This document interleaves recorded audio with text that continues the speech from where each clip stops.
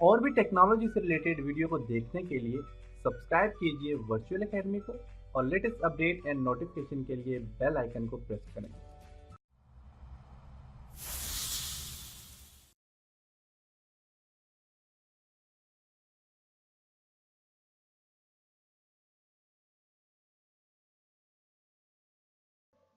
अस्सलाम वालेकुम dear students.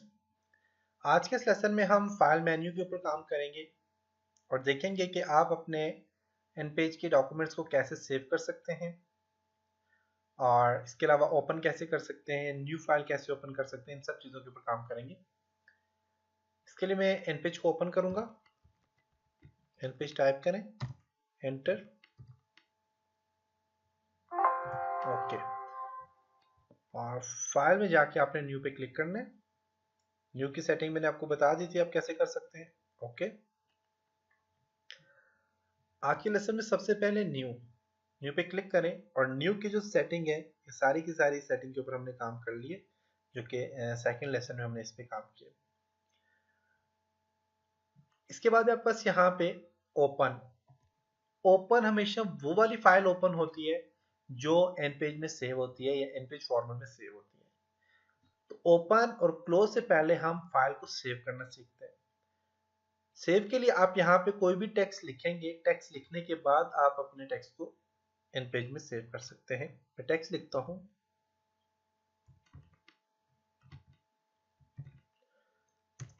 Pakistan. इसको सिलेक्ट करके इसका साइज थोड़ा सा बड़ा कर देता हूँ ताकि आपको क्लियर नजर आए। 75। इससे भी बड़ा साइज आपने करना है तो आप यहाँ पे 100 टाइप कर लें।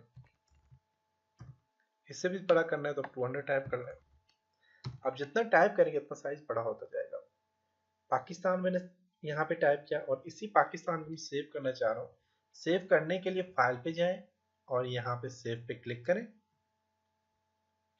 अब जहां भी सेव करना चाह रहे हैं आपने वो लोकेशन यहाँ से सेलेक्ट करनी है। सेव इन एन पेज 2015 में सेव करना चाह रहे हैं, वहां पे सेव हो जाएगा। डेस्कटॉप पे सेव करना चाह रहे हैं, डेस्कटॉप को सिलेक्ट करें। डेस्कटॉप के अंदर कोई न्यू फोल्डर बनाना चाह रहे हैं, यहाँ पे देखें इसी के ऊपर राइट क्लिक करें और यहाँ पे राइट क्लिक करके न्यू पे क्लिक करें। न्यू फोल्डर आप यहाँ से बना सकते हैं और मैं यहाँ पे फाइल न्यू फोल्डर में कर देता हूँ एन पेज फाइल का नाम दे देता हूँ न्यू फोल्डर में और इसी फोल्डर को डबल क्लिक करें तो ये फोल्डर ओपन हो जाएगा और यहाँ पे अभी तक कोई फाइल नहीं पड़ी हुई। तो मैं एन पेज की फाइल यहाँ पे सेव करना चाह रहा हूँ, तो यहाँ पे आप नॉर्मल डेस्कटॉप पे भी सेव कर सकते हैं, न्यू फोल्डर बनाने की जरूरत नहीं है। लेकिन मैंने न्यू फोल्डर इसलिए बनाया ताकि मेरे डेस्कटॉप पे काफी सारी फाइल्स हैं तो मुझे नजर आए कि एन पेज की फाइल ये वाली है। फाइल का नाम यहाँ पे दे दें, फर्स्ट मैं लिख लेता हूँ और यहाँ से मैं सेव कर लेता हूँ। अब सेव से पहले यहाँ पे देखें तो सेव एज टाइप यहाँ पे डिफरेंट टाइप है, जैसे कि एन पेज के लिए INP है और INT है। एन पेज टेम्पलेट्स के लिए अगर आप टेम्पलेट्स में सेव करना चाह रहे हैं टेम्पलेट में सेव कर सकते हैं। नॉर्मल एन पेज फाइल में सेव करना चाह रहे हैं एन पेज फाइल में क्लिक करके आप यहाँ से सेव पे क्लिक करें तो आपकी फाइल फर्स्ट के नाम से सेव हो चुकी है। और यहाँ पे अगर आप देखें तो एन पेज में टाइटल में यहाँ पे एन पेज के साथ फर्स्ट लिखा हुआ आके। अब यहाँ पे इसी तरह मैं इसको क्लोज करता हूँ और यहाँ से व्यू करते हैं डेस्कटॉप को।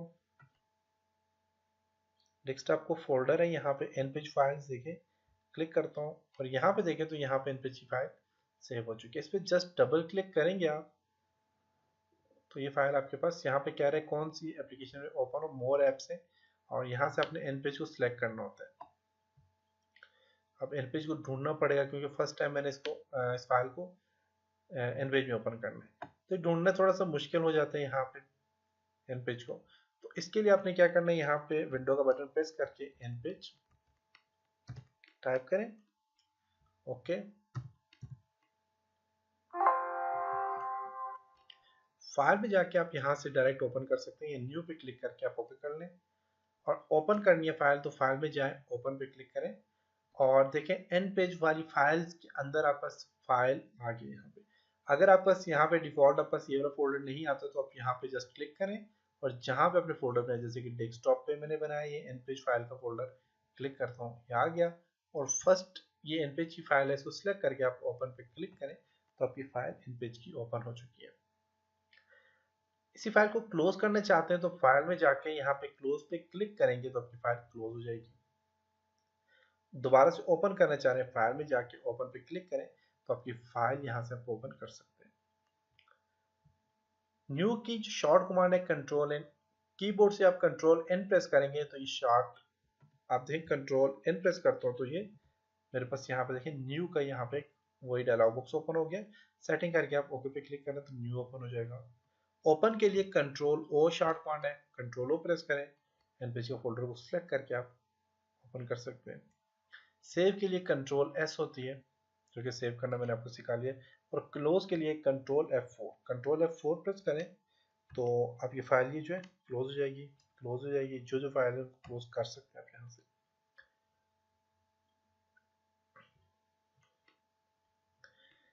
इसके बाद सेव एज। अब देखें जो फाइल एक बार सेव हो जाती है, जैसे मैं ओपन पे क्लिक करता हूँ और फर्स्ट पे क्लिक करके इसको ओपन करता हूँ, अब ये मेरे पास फाइल सेव होगी। अब इस फाइल को जब दोबारा मैं पाकिस्तान के बाद में यहाँ पे टाइप कर लेता हूँ, फॉर एग्जांपल ये, या फिर दोबारा से मैं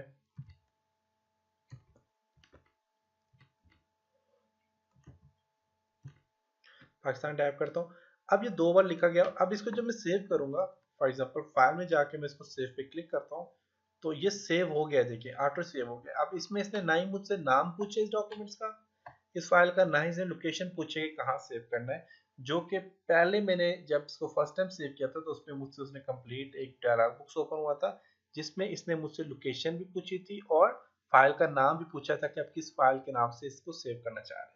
तो मैंने वो दोनों दिए थे तो उसके बाद ये सेव हुआ था। लेकिन जब दोबारा आप सेव करते हो तो ये उसी डॉक्यूमेंट्स को उसी फाइल में सेव कर लेता है, वही जो आप एडिटिंग करते हो उसको एक ही जगह पे सेव कर लेता है जहां पे आपने फर्स्ट टाइम उसको सेव किया हुआ था। तो सेव से आप कोई भी फाइल दोबारा दोबारा किसी दूसरे नाम से सेव नहीं कर सकते। अगर दोबारा किसी दूसरे नाम से फाइल को सेव करना है या लोकेशन किसी और लोकेशन पे सेव करना है तो उसके लिए आप सेव एज का ऑप्शन चूज करोगे। फाइल में जाओ, सेव एज पे क्लिक करो और सेव एज में आपके पास यहाँ पे डायलॉग बॉक्स हमेशा ओपन होगा। जब भी आप इसको सेव एज पे क्लिक करोगे तो आप बार बार अपनी फाइल को दूसरे नाम से सेव कर सकते हो। सेव एज पे क्लिक करने के बाद यहाँ पे इसके भी 2 ही ऑप्शन है, यहाँ पे आप देखें, और यहाँ पे आपने क्या करना है जी, नाम दे देते हैं। फॉर एग्जांपल इसको मैं सेकंड कर लेता हूँ,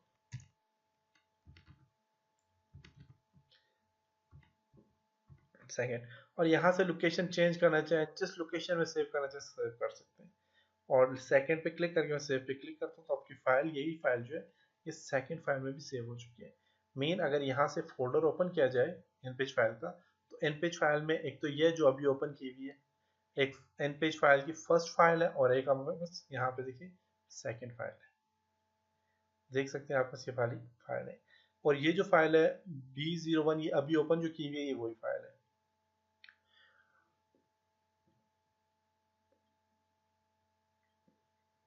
देख सकते हैं सेकंड भी।